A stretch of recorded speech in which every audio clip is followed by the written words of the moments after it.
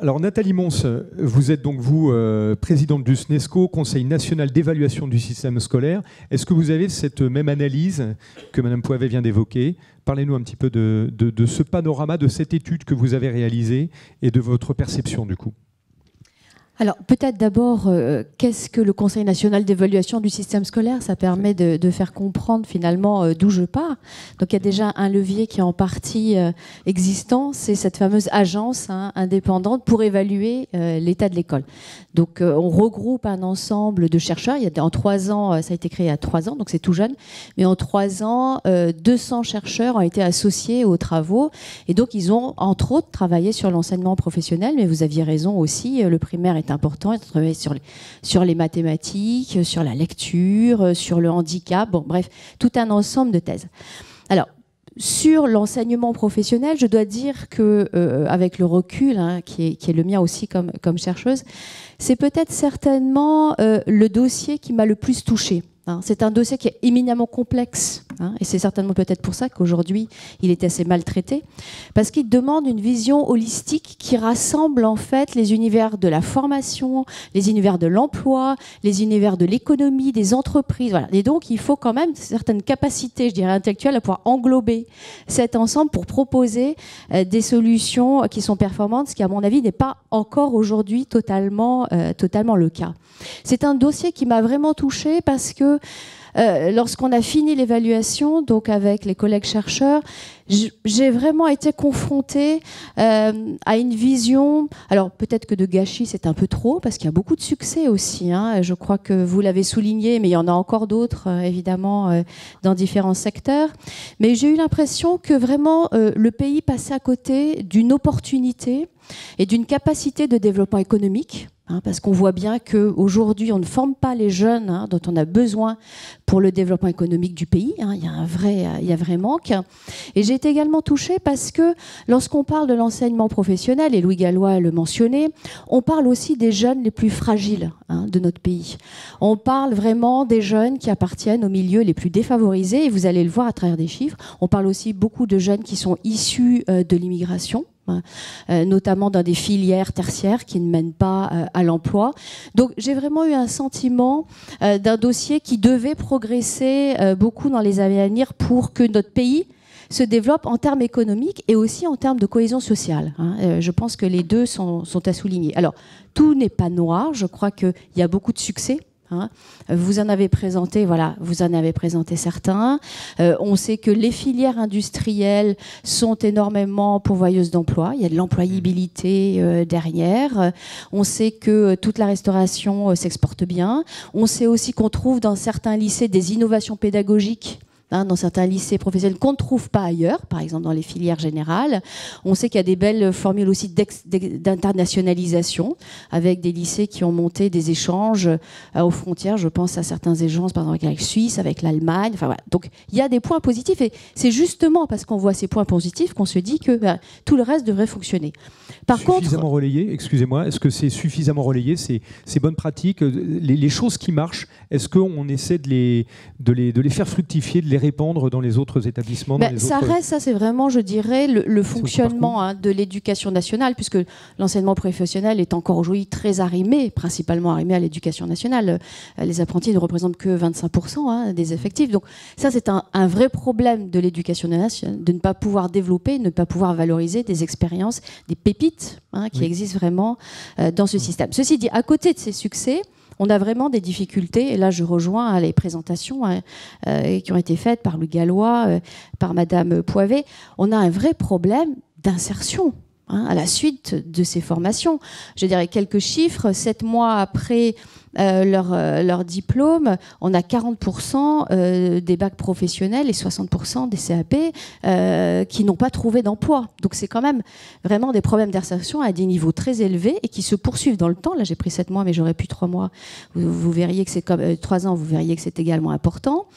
Et ce qui est vraiment très singulier dans le cas français, lorsqu'on regarde en comparaison internationale, c'est qu'en France, pour un élève, pour un jeune, il n'y a aucun avantage à être diplômé de l'enseignement professionnel par rapport à l'enseignement général s'il essaye de s'insérer juste au sortir du bac.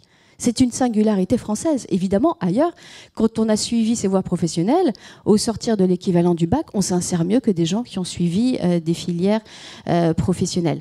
Alors, pourquoi ces chiffres ? C'est parce qu'aujourd'hui, finalement, on a des flux, parce que dans l'éducation nationale, on gère beaucoup en termes de flux. Voilà, on a des flux qui sont principalement destinés sur des formations tertiaires, et notamment les formations commerce, les formations secrétariat, comptabilité, etc. Alors que les élèves ne se tournent pas vers les filières, notamment celles de l'industrie, de la production, qui sont minoritaires en termes d'effectifs, largement minoritaires, et qui, elles, conduisent à l'emploi. Je vais juste vous donner des éléments, par exemple, sur un bac pro qui, à l'époque, s'appelait secrétariat bureautique, qui a été fondé maintenant, fondu dans un autre bac. 3 ans après, les élèves qui étaient passés par ce cursus, 3 ans après, un tiers étaient au chômage et les 2 tiers de ceux qui avaient trouvé un emploi étaient dans des emplois qui ne correspondaient pas à leur formation. Des emplois moins qualifiés ou totalement, s'ils avaient fait comptabilité bureautique, ils se retrouvaient la plupart du temps en commerce. Et lorsqu'on regarde la composition, qui va dans ces filières, 96% de filles, 72% d'enfants qui sont issus des milieux ouvriers employés et 21% issus de l'immigration. Donc c'est très très très typé en termes de genre, en termes de milieu social, en termes aussi d'origine migratoire. Donc on voit bien qu'aujourd'hui, on ne dirige pas les jeunes vers les filières, notamment celles de l'industrie et de la production, qui conduisent à des emplois et qui sont alors là beaucoup plus masculins. Je crois qu'on l'a largement dit. Alors, d'où ça vient rapidement et qu'est-ce qui a été préconisé par le Conseil ? Ce Conseil fonctionne à partir à la fois d'une expertise scientifique, et puis ensuite, nous réunissons l'ensemble des parties prenantes d'un dossier. Donc là, l'éducation nationale. Nous avons souhaité tendu la main vers les entreprises, mais comme je le disais à Madame Poivet, nous avons assez peu de retours, malheureusement. Donc je lance un appel, si vous pouvez relayer. On cherche toujours vraiment à discuter aussi avec les entreprises. On avait des collectivités territoriales, bref, l'ensemble des parties prenantes. Et l'ensemble des préconisations, certaines dont je vais vous parler là, sont finalement écrites en collaboration. Donc c'est pas hors sol. Je pense que c'est vraiment une œuvre collective. Alors, pourquoi ces difficultés et quelles préconisations ? Je crois ça a déjà été cité, un vrai problème d'orientation. Oui. Alors, orientation, les familles ne sont pas totalement non responsables dans cette histoire. On a des stéréotypes. Les élèves, les familles, des stéréotypes attachés au métier. Les recherches nous montrent que, par exemple, si on considère les enfants qui sont issus des milieux les plus défavorisés, il y a un stéréotype qui va attacher davantage de valeur aux métiers en col blanc par rapport à tous les métiers qui sont industriels. Voilà. Donc ça, voilà, c'est aussi ça. Et je crois que renouveler l'image des industries est particulièrement importante. Vous le citiez par rapport aux femmes, mais je veux dire, ça concerne tout le monde.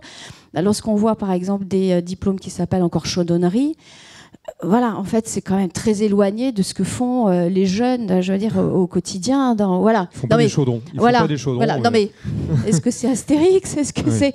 Mais vous voyez, bon, il faut vraiment... Donc, il y a un problème d'orientation. Madame le citait, et a raison, il n'y a pas d'information fiable donnée en termes d'insertion. Enfin, je veux dire, là, on a un vrai problème qui semble tout à fait basique. Quand on regarde ce qui se passe au Canada, on a la formation, et puis à quoi ça conduit, avec des chiffres qui sont donnés par des agences extérieures. Enfin, voilà. Ça pourrait être où, ça, d'ailleurs ? Cette information-là, elle serait où ? Sur un site ? Elle serait sur un site. Elle serait équipée d'un système de géolocalisation. C'est-à-dire que moi, jeune, je suis à tel endroit, je veux savoir quelles sont les formations, comment je peux m'y rendre. Il y a des gros problèmes pour les élèves qui sont issus des milieux défavorisés. C'est la mobilité. La mobilité est beaucoup plus difficile.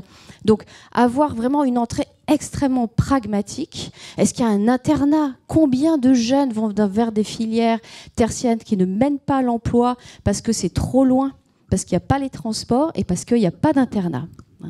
Donc il y a un problème là sur l'orientation, il y a un problème sur l'information. Alors autre grand responsable, ce sont aussi les collectivités territoriales qui sont aujourd'hui évidemment en première ligne avec l'éducation nationale pour fabriquer cet enseignement professionnel. Alors, il y a des grandes réussites. Je crois que lorsqu'on parle de l'aéronautique, on a un soutien extrêmement important de la région. Ceci dit, à côté, la Cour des comptes l'a souligné, on a quand même beaucoup d'établissements qui sont très petits, et sur lequel finalement qui sont dans une logique d'aménagement du territoire, c'est-à-dire on veut avoir son lycée professionnel, et parce que la collectivité veut avoir son lycée professionnel, c'est un peu l'exemple que vous donniez, qu'est-ce qu'on fait? Eh ben, on met des filières tertiaires, parce que ces filières tertiaires coûtent beaucoup moins cher que les filières industrielles, et on passe à côté finalement d'un équipement important des filières industrielles. La gouvernance aujourd'hui pose aussi problème, c'est-à-dire que moi j'ai été aussi sidérée de voir qu'on a des programmes de l'enseignement professionnel qui sont moins renouvelés, moins souvent renouvelés que les programmes de l'enseignement général. Alors qu'on est dans un monde qui vient en accéléré, on renouvelle plus le français au lycée que les programmes de l'enseignement professionnel. Voilà. Donc ça, c'est un vrai problème. Alors là, je crois qu'en termes de préconisation, vous parliez aussi d'une agence indépendante. On voit qu'on a vraiment besoin d'une agence qui soit indépendante des collectivités, un tiers en fait, des collectivités, des entreprises, et qui puisse en faire des analyses prospectives fiables. Quand j'ai regardé la façon dont on regarde finalement quelles sont les perspectives, où vont se situer les chiffres, voilà, et les emplois de demain, bon, on voit bien que ce n'est pas assez robuste scientifiquement parlant. Donc on a vraiment besoin de cette agence indépendante qui puisse finalement tracer le futur et nous dire comment développer la formation professionnelle en dehors des intérêts de l'éducation nationale, qui n'a peut-être pas intérêt à fermer certaines filières, parce que qu'est-ce qu'on fait des enseignants ? Il y a des vrais problèmes. Donc là-dessus, il faut vraiment qu'il y ait un tiers qui puisse... voilà. Il faut aussi...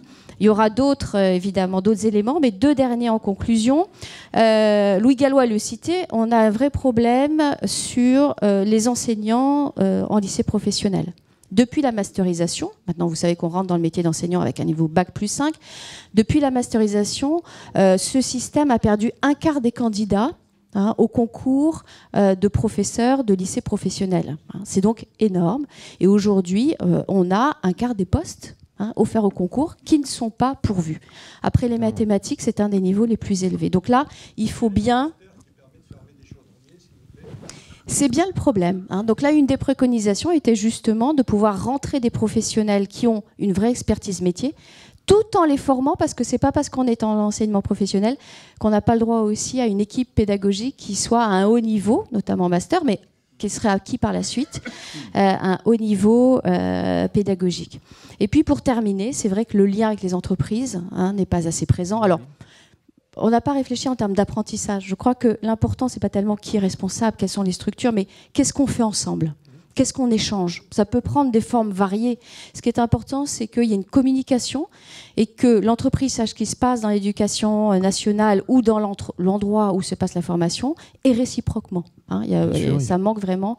Donc là, la préconisation avait été de faire un certificat entreprise formatrice pour des entreprises qui souhaitaient s'engager, parce que je crois que vous l'avez dit, il faut un engagement aussi, il faut une responsabilisation, qui souhaitaient vraiment s'engager dans la formation des jeunes dans le professionnel, c'est-à-dire former des tuteurs, s'engager à connaître les programmes de l'enseignement professionnel, élaborer des plans aussi de formation précis quand les jeunes sont dans l'entreprise.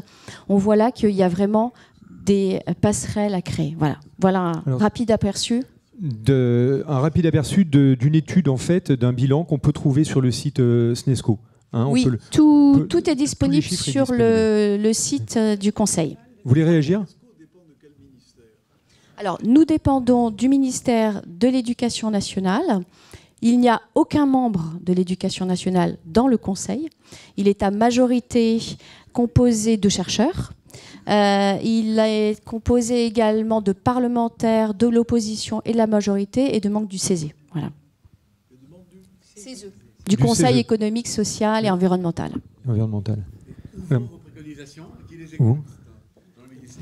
Alors, nous ici... Nous proposons, mais je trouve, moi j'ai été très intéressé de vous écouter.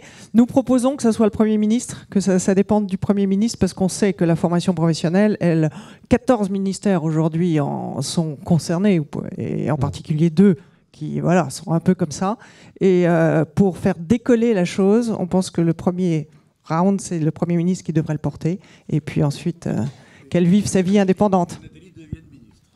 Alors, non, mais là, je crois que c'est important. À année qui on adresse nos rapports? On les adresse à la communauté éducative. C'est-à-dire que nous pensons finalement que l'école ne peut avancer. Alors, la communauté éducative intègre le ministre ou la ministre, évidemment, mais pas que. C'est-à-dire que l'école, elle avance si les ministres inventent, voilà, avancent avec des réformes, mais aussi à chaque niveau du système, voilà, on s'empare de préconisations un peu plus en lien avec les résultats de la recherche, un peu plus en lien avec ce qui se passe à l'étranger. Voilà. Bien.